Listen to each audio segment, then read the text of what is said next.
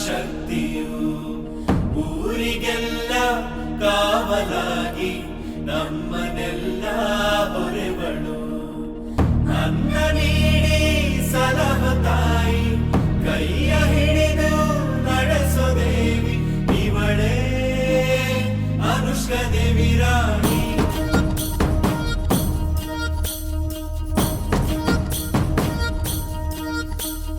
ತಲೆ ಮ್ಯಾಲೆ ಕಿರೀಟ ಕಣ್ಣಲ್ಲಿ ಮಿಂಚು ಮಹಾರಾಣಿಗತ್ತು ನೋಡು ಕತ್ತಿಯ ತೆಗೆದು ಸಿಡಿದೆದ್ದು ನಿಂತರೆ ದುಷ್ಟರ ಸಂಹಾರ ವರವಾಗಿ ಬಂದವಳು